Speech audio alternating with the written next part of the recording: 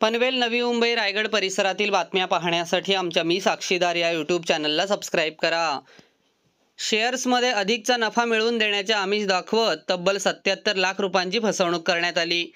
Shares ट्रेडिंगमध्ये अधिकचा नफा मिळेल असे भासवून फिर्यादीचा विश्वास संपादन करून पैसे भरण्यास सांगितले आणि एका डोमेनवर आर्थिक नफा होत असल्याचे दाखवत आर्थिक फसवणूक केल्याचा प्रकार उघडकीस आला. फ्रेड एक्स या डोमेनचा वापर करून राकेश रोशन यांची तब्बल 77,75,000 रुपयांची आर्थिक फसवणूक करण्यात आली. या प्रकरणी सायबर पोलीस ठाण्यात गुन्हा दाखल करण्यात आला असून पोलीस अधिक तपास करत आहेत. ट्रेडिंगमध्ये गुंतवणूक करून नफा कमवण्याचे आमिष दाखवून राकेश रोशन यांची 77 लाखांची फसवणूक झाली आहे. या प्रकरणी सायबर पोलीस ठाण्यात गुन्हा दाखल झाला. बँकिंग क्षेत्रातील राकेश रोशन यांनी ऑनलाईन ट्रेडिंगवर विश्वास ठेवून 77,75,000 गुंतवले. मात्र काही कालावधी गेल्यानंतर त्यांना ना नफ्याची रक्कम मिळाली ना गुंतवलेली मूळ रक्कम परत मिळाली.